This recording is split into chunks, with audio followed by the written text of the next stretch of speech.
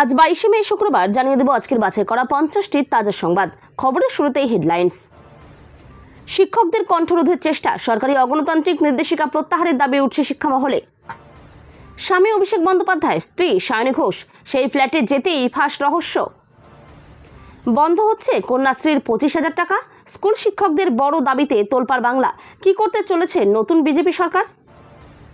1 June কি তবে ঢুকবে না অন্নপূর্ণা ভান্ডারের টাকা? বিরাট গোলমাল ব্যাংক অ্যাকাউন্টে, মাথায় হাত লাখ লাখ মহিলার। শুধু হিন্দুদের ভোট একজোট হওয়ায় বাংলায় বিজেপি জেতে নেই, আসল রহস্য ফাঁস ভোট কুশলীর। 4ই মে ফল অন্যরকম হলে কি হতো? অভিষেককে রক্ষা কবচ দিয়ে নীতিশিক্ষা হাইকোর্টের। একের বেশি অ্যাকাউন্ট খুললেই 10,000 টাকা জরিমানা, কড়া নির্দেশ দিল আরবিআই। নতুন নিয়মে কি বলা আছে? তিলোত্তমার ইতিহাসে বেনজির প্রশাসনিক ধস। বিজেপির ঐতিহাসিক জয়ের পর তৃণমূল চালিত কলকাতা পুর বোর্ডের তীব্র কম্পন। মত প্রকাশে নিষেধাজ্ঞা, রাজ্যের সরকারের নতুন নিয়মে প্রশ্নের ঝড়। কি বললেন অরিত্র দত্ত? তীব্র তাপপ্রবাহে বড় সিদ্ধান্ত রাজ্য সরকারের, বাড়ল গরমের ছুটি। স্কুল খোলা নিয়ে জারি নতুন নির্দেশিকা। সংসার সন্তানের কি হবে? এক ইমেলেই ওলটপালট জীবন।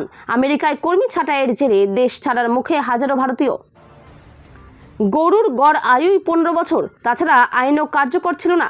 পশু জবাই নির্দেশিকা নিয়ে হাইকোর্টে বড় প্রশ্ন বিকাশের। দিল্লির কোন বাবা বাঁচাবে? শাহকে সেই মারাত্মক হুঙ্কারের জের হাইকোর্টের চরম বিপাকে অভিষেক বন্দ্যোপাধ্যায়। মুখে মাস্ক, ফলতায় ভোট দিয়েই হন্তদন্ত হয়ে ছুটলেন রেজিনা। জাহাঙ্গীর কোথায়? প্রশ্ন শুনেও মুখে কুলুপ। পাঁচু রায়ের বয়ানেই আরও ফাঁসলেন সুজিত। আদালতে চাঞ্চল্যকর দাবি ইডির, বিপাকে প্রাক্তন মন্ত্রী। কারো বাপের ক্ষমতা নেই আটকায়। বকরি ঈদের আগে শুভেন্দু সরকারকে খোলা চ্যালেঞ্জ ছুড়লেন হুমায়ুন কবির। দিল্লি দরবারে মুখ্যমন্ত্রী মোদি শাহের সঙ্গে জরুরি বৈঠক। বাংলার জন্য কি বড় ঘোষণা? দিল্লি নামলেই তিহার জেলে নিয়ে যাবে। হুড়মুড়িয়ে বাড়তেই ককরোচ জনতা পার্টির প্রতিষ্ঠাতার বিস্ফোরক দাবি। নরেন্দ্রপুরে বিজেপি নেতাকে ঘিরে ধরে পৈশাচিক মার। প্রকাশ্যে এলো শিউরে ওঠা সিসিটিভি ফুটেজ, তোলপাড় রাজ্য। লক্ষ্মীর ভান্ডারের সব উপভোক্তা পাবেন না 3,000 টাকা। অন্নপূর্ণা ভান্ডারের আপনি তালিকায় আছেন তো? চেক করুন। বিজেপির দুর্গে দাঁড়িয়েই মমতা দিদি জিন্দাবাদ। বিধানসভায় একই কাণ্ড ঘটালেন তৃণমূল বিধায়ক। অর্জুন পুত্র জিততেই ভাটপাড়া পুরসভায় গণ ইস্তফার হিড়িক। পদ ছাড়লেন 29 জন কাউন্সিলর। পদত্যাগ করবেন মেয়র ফিরহাদ। তোলপাড় তৃণমূল, পরিস্থিতি বুঝেই বড় সিদ্ধান্ত নিলেন মমতা। ব্যবসা গরমেও ফলতায় বুথে জনজোয়ার। জাহাঙ্গীরের এলাকা শুনশান, একাধিক বুথে নেই জোড়াফুলের এজেন্ট। হাওড়া পুরসভায় নির্বাচনের মেগা ঘোষণা শুভেন্দুর। ফাঁকিবাজ কর্মীদের জন্য জিরো টলারেন্স, বড়সড় অ্যাকশনের হুঁশিয়ারি। একটাই প্রশ্ন করেছিলাম, এত রাগ কেন? বিতর্ক উস্কে মোদীকে প্রশ্ন ছুড়ে দিলেন নরওয়ের তরুণী সাংবাদিক। বিশ্ব অগ্রণী দিবস। ভোট পরবর্তী হিংসায় উস্কানির অভিযোগে পরমব্রতর বিরুদ্ধে এফআইআর হাইকোর্টের আইনজীবীর। তৃণমূল নেতার একই কীর্তি, ব্যবসায়ীকে শাসিয়ে লাখ লাখ টাকা হাতানোর অভিযোগে মাঝরাতে গ্রেপ্তার কমল সরকার। আজিকর কাণ্ডে বিরাট মোড়, ঘটনার রাত থেকে শেষকৃত্য। সব লুকোনো ফাইল খুলতে মাঠে নামছে সিবিআই এর নতুন সিট। ভোটার তালিকা থেকে গায়েব লাখ লাখ নাম। নজিরবিহীন দাবি করে ট্রাইব্যুনাল ডাকার দাবি নওশাদের। চাপে নতুন শাসক দল। এবার মাদ্রাসাতেও গাইতে হবে বন্দে মাতরম। আর তোষণের রাজনীতি নয় বলছে বিজেপি। পালাবদল হতেই গ্রাম পঞ্চায়েতে ইস্তফা নন্দীগ্রামের তৃণমূল প্রার্থী পবিত্রর।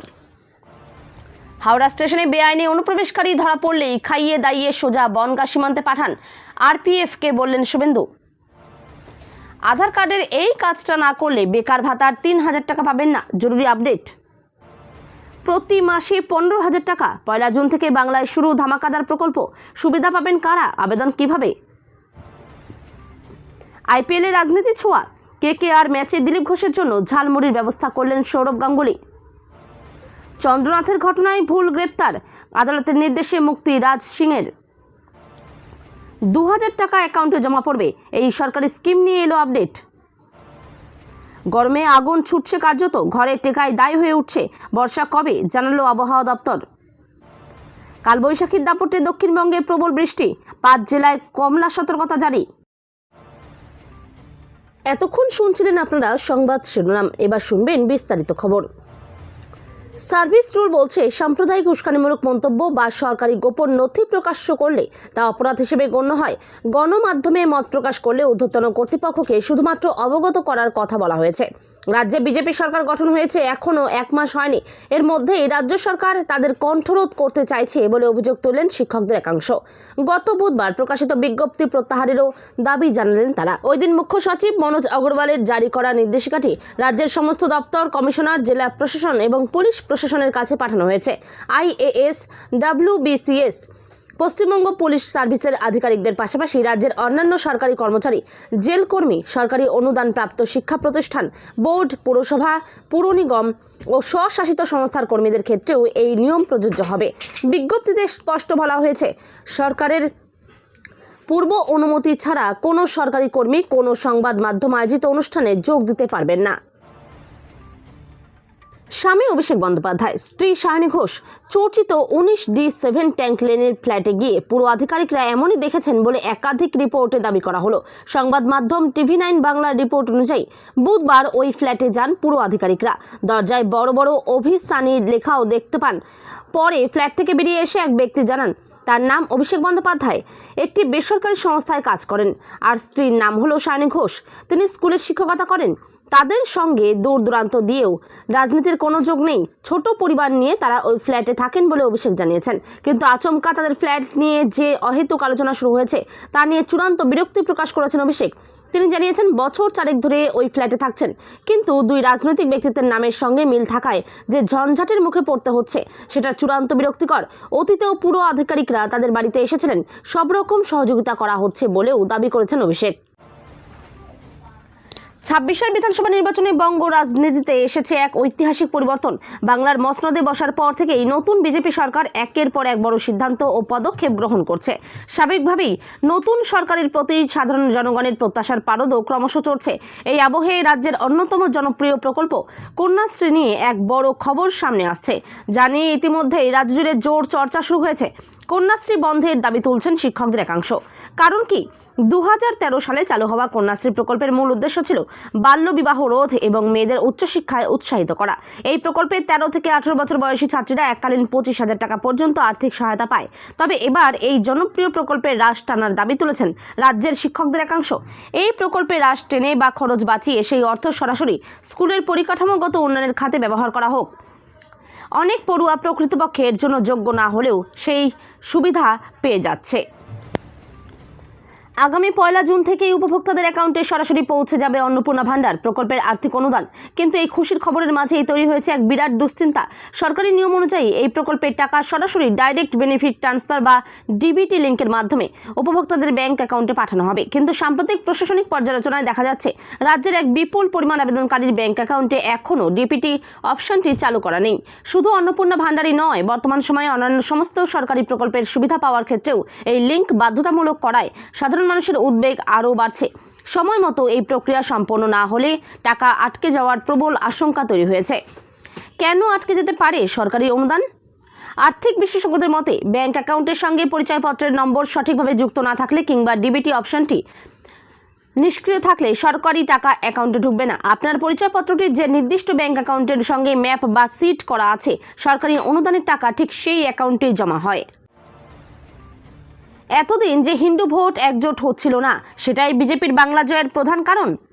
অনেকে সেরকম মনে করলেও সেই তথ্যে বিশ্বাসী নন এক্সিস মাই ইন্ডিয়ার প্রদীপ গুপ্তা। বরং তিনি স্পষ্টভাবে জানিয়েছেন, অনেকেই যা ভাবছেন, অর্থাৎ শুধুমাত্র হিন্দু ভোটের মেরুকরণের কারণে পশ্চিমবঙ্গের বিজেপি জিতেছে, তা সম্পূর্ণ ভুল ধারণা। বরং তৃণমূলের দীর্ঘ বছরের অপশাসন, রাজ্যে তৈরি হওয়া ভয়ের পরিবেশ, প্রধানমন্ত্রী নরেন্দ্র মোদীর ব্যক্তিগত ক্যারিশমা এবং অমিত শাহ ও RSS-এর নিখুঁত সাংগঠনিক দক্ষতায় বিজেপিকে বাংলায় ক্ষমতায় এনেছে। সংবাদ সংস্থা PTI এর সাক্ষাৎকারে প্রদীপ দাবি করেছেন, নির্বাচনে জয় বা পরাজয়ের পিছনে হিন্দু মুসলিম ইস্যু বড় ফ্যাক্টর বয় না।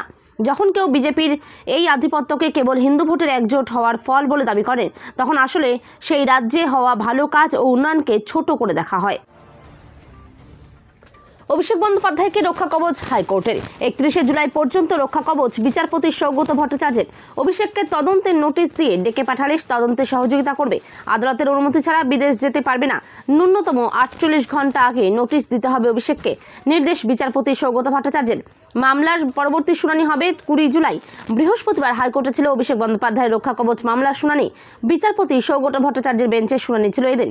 অভিষেকের হয়ে সওয়াল করেন কল্যাণ বন্দ্যোপাধ্যায়। এদিন আদালতে সওয়ালের শুরুতেই অভিষেক বন্দ্যোপাধ্যায়কে তীব্র ভৎসনা করেন বিচারপতি।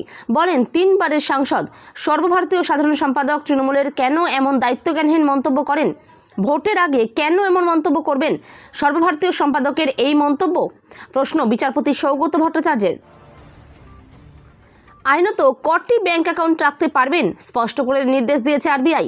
জেনে নিন, 1-এর বেশি ব্যাংক অ্যাকাউন্ট থাকলেই দিতে হবে মোটা টাকা জরিমানা। এমনই নাকি হতে চলেছে নিয়ম। কড়া নোটিশ নাকি জারি করতে চলেছে রিজার্ভ ব্যাংক অফ ইন্ডিয়া। জানা গিয়েছে, এক ব্যক্তির নামে একাধিক অ্যাকাউন্ট থাকলেই নাকি এবার জরিমানা দিতে হবে। সত্যিই কি এমন নিয়ম চালু করতে চলেছে রিজার্ভ ব্যাংক অফ ইন্ডিয়া? আসল খবর হলো, কোনো ব্যক্তির নামে যদি একাধিক অ্যাকাউন্ট থাকে এবং তাতে কোনো ভুয়ো লেনদেন ধরা পড়ে, তাহলে দিতে হতে পারে মোটা টাকা জরিমানা। ব্যাংক জালিয়াতি বা প্রতারণা রুখতেই এমন নিয়ম জারি করতে চলেছে আরবিআই। কোনো ব্যক্তির নামে এমন তথ্য পেলেই 10,000 টাকা পর্যন্ত জরিমানা দিতে হবে বলে জানা গিয়েছে।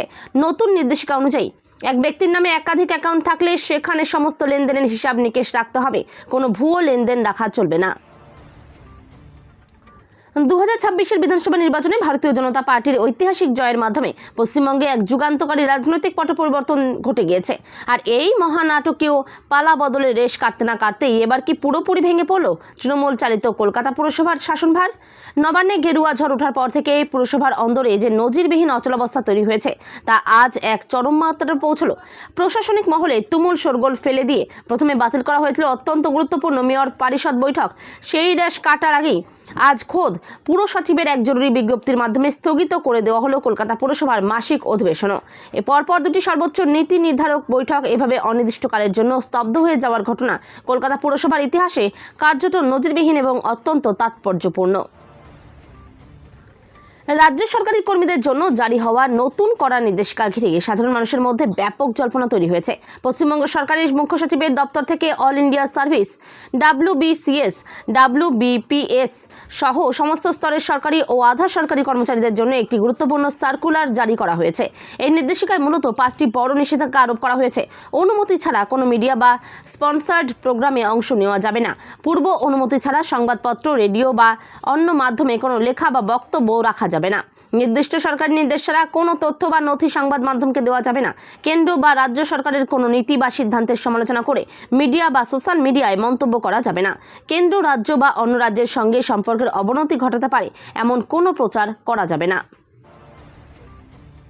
রাজ্য জুড়ে ক্রমশ ভয়াবহ আকার নিচ্ছে তাপপ্রবাহ পরিস্থিতি। সকাল থেকেই প্রখর রোদ, তার সঙ্গে অস্বস্তিকর গরমে কার্যত নাজেহাল সাধারণ মানুষ। দুপুরের পর একাধিক জেলায় পারদ 40 ডিগ্রির কাছাকাছি পৌঁছে যাচ্ছে। আবহাওয়া দপ্তরের পূর্বাভাস অনুযায়ী আগামী কয়েকদিনও এই পরিস্থিতির বিশেষ পরিবর্তনের সম্ভাবনা নেই। আর এই অবস্থাতেই পড়ুয়াদের স্বাস্থ্য ও নিরাপত্তার কথা মাথায় রেখে বড় সিদ্ধান্ত নিল রাজ্য সরকার। শিক্ষা দপ্তর সূত্রে জানা গিয়েছে, রাজ্যের সরকারি ও বেসরকারি স্কুলগুলিতে গরমের ছুটির মেয়াদ আরও বাড়ানো হয়েছে। পাশাপাশি স্কুল খোলা ও পড়ুয়াদের উপস্থিতি নিয়ে জারি করা হয়েছে একাধিক গুরুত্বপূর্ণ নির্দেশিকা। মে মাস পড়তেই বাংলার বিভিন্ন জেলায় শুরু হয়েছে দাবদাহ পরিস্থিতি। কলকাতা, হাওড়া, উত্তর ও দক্ষিণ 24 পরগনা, বীরভূম, বাঁকুড়া, পুরুলিয়া, পশ্চিম বর্ধমান সহ একাধিক জেলায় তাপমাত্রা স্বাভাবিকের থেকে অনেকটাই বেশি রয়েছে।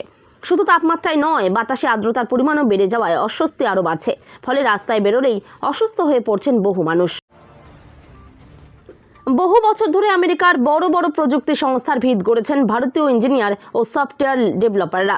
সেখানে ঘর বেঁধে সপরিবারে থিতু হয়ে অনেকেই ভেবেছিলেন প্রবাসের জীবন বুঝি নিশ্চিত হলো। কিন্তু সাম্প্রতিক গণছাঁটাইয়ের ঘটনা আর একটি ইমেল রাতারাতি বদলে দিয়েছে সবকিছু। মেটা, অ্যামাজন এবং লিঙ্কডইনের মতোই প্রথম সারির সংস্থাগুলি কৃত্রিম বুদ্ধিমত্তা বা AI এর দিকে ঝুঁকতে গিয়ে দেদার কর্মী ছাঁটাই করছে। আর এই ছাঁটাইয়ের জেরে সবচেয়ে বিপাকে পড়েছেন H-1B ভিসাধারী ভারতীয় কর্মীরা। কারণ মার্কিন নিয়ম অনুযায়ী চাকরি যাওয়ার পর মাত্র 60 দিনের মধ্যে নতুন স্পন্সর বা চাকরি না মিললে যাবতীয় সমস্ত কিছু গুটিয়ে দেশ ছাড়তে হবে। যেখানে গোটা প্রযুক্তি বাজারে মন্দা, সেখানে মাত্র 2 মাসে নতুন চাকরি ও ভিসার ব্যবস্থা করা কার্যত অসম্ভব হয়ে দাঁড়াচ্ছে প্রবাসীদের জন্য। রাজ্যে নতুন সরকার ক্ষমতায় আসার পর 1950 সালের প্রাণী সম্পদ সংরক্ষণ আইন কঠোরভাবে কার্যকর করার সিদ্ধান্ত নিয়েছে। এই আইনের অধীনে প্রশাসনের লিখিত অনুমতি এবং 14 বছরের ঊর্ধ্বের বা স্থায়ীভাবে অক্ষম পশুর শংসাপত্র ছাড়া গবাদি পশু জবাই করা যাবে না। রাজ্যের এমন নির্দেশিকাকে কেন্দ্র করেই বকরি ঈদের মুখে তৈরি হয়েছে তীব্র আইনি জটিলতা। এই সিদ্ধান্তকে চ্যালেঞ্জ করে কলকাতা হাইকোর্টে একাধিক জনস্বার্থ মামলা রুজু হয়েছে। বৃহস্পতিবার সেই মামলাগুলির শুনানিতে হাইকোর্টের ডিভিশন বেঞ্চের সামনে বিবিধ আইনি, সামাজিক ও পরিকাঠামো সংক্রান্ত সওয়াল জবাব উঠে আসে। রাজ্য সরকারের তরফে আদালতে স্পষ্ট জানানো হয়েছে, আইন অনুযায়ী শুধুমাত্র 14 বছরের বেশি বয়সী কিংবা স্থায়ীভাবে কাজ করতে সম্পূর্ণ অক্ষম গবাদি পশুই জবাইয়ের জন্য উপযুক্ত বলে বিবেচিত হবে। এর বাইরে কোনো গবাদি পশু হত্যা করা যাবে না এবং মাংস কাটার ক্ষেত্রে স্থানীয় কর্তৃপক্ষ বা রাজ্য প্রাণী সম্পদ দপ্তরের লিখিত অনুমতি বাধ্যতামূলক। লোকসভা নির্বাচনের আবহে কেন্দ্রীয় স্বরাষ্ট্রমন্ত্রী অমিত শাহকে নিশানা করে বিতর্কিত মন্তব্য করার মামলায় অবশেষে বড়সড় ধাক্কা ও স্বস্তির দোলাচলে তৃণমূল কংগ্রেসের সর্বভারতীয় সাধারণ সম্পাদক অভিষেক বন্দ্যোপাধ্যায়। কলকাতা হাইকোর্ট থেকে তিনি আইনি রক্ষা কবচ পেলেও তার উপর একগুচ্ছ করা নিষেধাজ্ঞা চাপিয়ে দিয়েছে আদালত।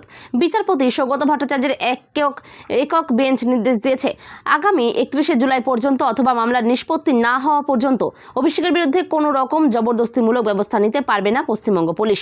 তবে একই সঙ্গে আদালতের স্পষ্ট নির্দেশ, হাইকোর্টের অনুমতি ছাড়া আপাতত দেশের বাইরে পা রাখতে পারবেন না অভিষেক। এমনকি তদন্তকারী আধিকারিক যদি তাকে জিজ্ঞাসাবাদের জন্য ডাকতে চান তবে অন্তত 48 ঘন্টা আগে নোটিশ দিতে হবে। গত 27 এপ্রিল আরামবাগের এক নির্বাচনী জনসভা থেকে নাম না করে অমিত শাহকে নজিরবিহীন আক্রমণ করেছিলেন অভিষেক বন্দ্যোপাধ্যায়। প্রকাশ্য মঞ্চ থেকে হুঙ্কার দিয়ে তিনি বলেছিলেন, 4 তারিখে দেখব দিল্লির কোন বাবা বাঁচাবে। এই মন্তব্যের পরিপ্রেক্ষিতেই তৃণমূল সাংসদের বিরুদ্ধে এফআইআর দায়ের করা হয়েছিল। ফলতায় পুনর্নির্বাচনের সকাল থেকে ভোট দিতে লম্বা লাইন পড়ল ভোটারদের। আর সেই লাইনে দেখা গেল জাহাঙ্গীর খানের স্ত্রী রেজিনা বিবিকেও। ফলতা নির্বাচনে জাহাঙ্গীর খানকে দেখা না গেলেও নিজের ভোটাধিকার প্রয়োগ করলেন জাহাঙ্গীর পত্নী। জাহাঙ্গীর খানের দেখা না মিললেও বৃহস্পতিবার জাহাঙ্গীর খানের স্ত্রী রেজিনা বিবি অবশেষে বাড়ি থেকে বেরিয়ে নিজের ভোটাধিকার প্রয়োগ করলেন। জাহাঙ্গীর এবং জাহাঙ্গীরের স্ত্রী বেলসিংহ 2 গ্রাম পঞ্চায়েতের 190 নম্বর বুথের ভোটার। জাহাঙ্গীরের বাড়ির সামনেই অবস্থিত শ্রীরামপুর প্রাথমিক বিদ্যালয়ের ভোটকেন্দ্রে নিজের ভোটাধিকার প্রয়োগ করলেন জাহাঙ্গীর পত্নী রেজিনা বিবি। ভোটের 2 দিন আগে নির্বাচন থেকে সরে দাঁড়িয়েছিলেন ফলতার তৃণমূল প্রার্থী পুষ্পা ওরফে জাহাঙ্গীর খান। গত মঙ্গলবার ছিল প্রচারের শেষ দিন। সেই দিনই সাংবাদিক বৈঠক করে শুভেন্দু অধিকারীর ভূয়সী প্রশংসা করে ভোটের লড়াই থেকে সরে যাওয়ার ঘোষণা করেন অভিষেক বন্দ্যোপাধ্যায়ের ছত্রছায়ায় থাকা পুষ্পা জাহাঙ্গীর খান। কৃষ্ণনগরের তৃণমূল সাংসদ মহুয়া মৈত্রের বিরুদ্ধে করিমপুর থানায় একটি এফআইআর দায়ের করা হয়েছে। তার বিরুদ্ধে পশ্চিমবঙ্গ পশু জবাই নিয়ন্ত্রণ আইনের বিরুদ্ধে মন্তব্য করার অভিযোগ আনা হয়েছে। সম্প্রতি জারি করা সরকারি নির্দেশিকা প্রসঙ্গে মহুয়া ফেসবুকে একটি পোস্ট করেছিলেন, যা ঘিরে নতুন করে বিতর্কের সূত্রপাত হয়। স্থানীয় বিজেপি নেতা গোলক বিশ্বাস করিমপুর থানায় গিয়ে ওই সাংসদদের বিরুদ্ধে লিখিত অভিযোগ দায়ের করেন। অভিযোগে মহুয়ার বিরুদ্ধে উস্কানিমূলক মন্তব্য করা এবং সাম্প্রদায়িক সম্প্রীতি নষ্ট করার চেষ্টার অভিযোগ আনা হয়েছে। পুলিশ বর্তমানে বিষয়টি তদন্ত করে দেখছে। মূল বিতর্কের সূত্রপাত হয় গত 16 মে মহুয়া মৈত্রের অফিসিয়াল পেজে পোস্ট করা একটি ভিডিওতে কেন্দ্র করে। সেই ভিডিওতে তিনি দাবি করেন যে গরু জবাই সংক্রান্ত রাজ্য সরকারের নির্দেশিকাটি উদ্দেশ্যপ্রণোদিতভাবে একটি নির্দিষ্ট সম্প্রদায়কে তুষ্ট করার লক্ষ্যে তৈরি করা হয়েছে। এর ফলে গরু জবাইকারী এবং গবাদি পশু ব্যবসায়ীদের মধ্যে ব্যাপক আতঙ্ক ছড়িয়ে